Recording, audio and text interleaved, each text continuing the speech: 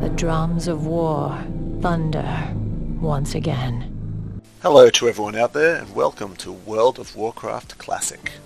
My name is Dalo and I'm a Classic Multiboxer. I love multiboxing purely for the challenge of doing 5-man dungeons by myself and being able to go online and having so much content available at that time. I also love bringing my friends along to help if they are keen to play along with me. Here you can see that I multiboxed the Classic stress test over the last weekend and managed to get this Horde team up to level 15. Here is a short highlight package of the journey beginning at the initial start Zerg.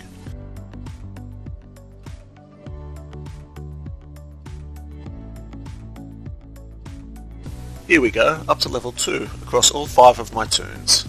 I'm running a team of a warrior, priest and 3 mages, which I also plan to do once the game is fully released in 2 weeks. I am using software called ISBoxer, which is brilliant for multiboxing. At this point early on I haven't set up too much other than a simple follow command for my team. I use the mouse broadcasting feature that goes out to all windows so I can loot the quest item on all of them at once. Later in the stress test I set up interact with target to do this for me, but at this stage I haven't done that yet. At this point I have left the starting zone and moved on to the southern part of Durotar. Here I am quickly switching between all 5 of my characters by clicking on them using one of ISBoxer's features, and doing this I can loot the 5 skulls required quite quickly. You can also see here dynamic respawning, which Blizzard have said they've put in the game, which enables this 5th skull that I require to respawn with very little wait time.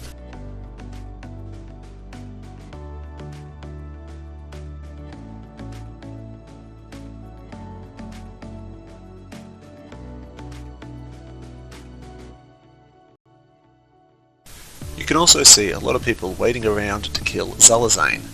Now hopefully launch isn't this crazy, but it was pretty nuts on the stress test, so we'll have to see what happens.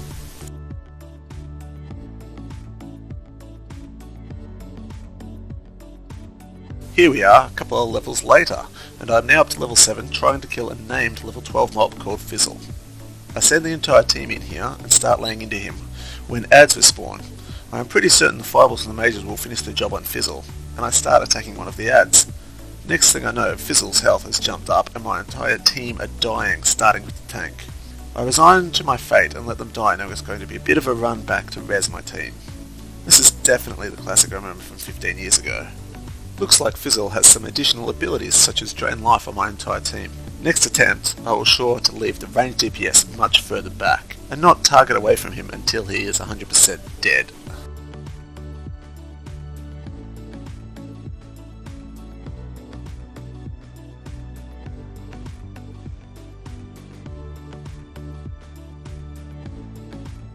Okay, we are all rezzed and fully buffed. This time Fizzle's in big trouble.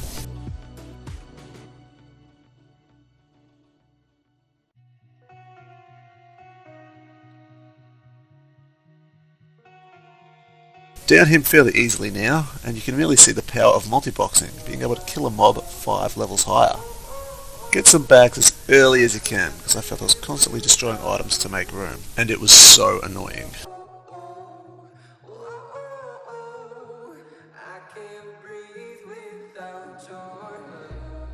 Off to Tirisfal Glades now on the Zeppelin. Multiboxing 5 characters means all the drop quests take an eternity to complete, as instead of needing 10 of the quest item, you're going to need 50. Kill quests, on the other hand, are amazing. Going over to the undead area here simply to try and find more easy quests to do for the whole group. The Agamand Mills area is full of these good quests for multiboxing, and I spent quite a bit of time here leveling and getting them all completed. Another step I like to do is kill every mob from my current location to where I'm headed. They die so quickly against 5 toons that it doesn't even slow you down that much, and although it's not much XP for every kill, it all adds up, and not taking that much time, it's definitely worth doing, as well as the extra loot. I move over to Silverpine Forest, and after a few more quests and a lot more mob kills, I hit level 10. The focus now is to get to level 12 or 13 and be able to dungeon grind the elites in Magefire Chasm. They offer substantially more XP than normal mobs, and the dungeon can be reset over and over to grind on them, so it's a fantastic way of leveling for multiboxing. After getting my defensive sensibility on my warrior and a couple more levels, it was time for a dungeon. At level 12, my friend and I decided to have a go at Ragefire Chasm. I now had add-ons such as EMA and click setup and was using the standard WoW raid frames for the repeated regions. This is another IS Boxer feature that enables your mouse clicks from your main to also occur on your healer's window. Doing this, I can click the health bars from my main tank and be able to heal my entire team. We got through the trash pass with a little difficulty, but having the extra sheeps really helped a lot. At this stage, our gear was still very poor, and as the stress test wasn't lasting very long, we had not leveled any professions, which can really help with those early green items.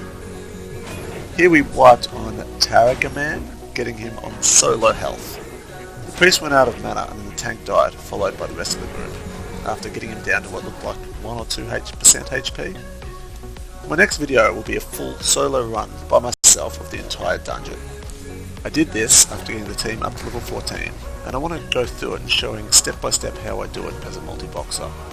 This will be a long video, and most likely in 2 parts, as the entire run went for about 40 minutes, maybe longer. I had an absolute ball in the stress test, especially doing the Ragefire Chasm dungeon. I am so hyped for full release now, so bring it on, only a couple of weeks to go. If you could please like and subscribe to this video, I hope to do a lot more multi-boxing content over the next, however long I decide to play Classic for.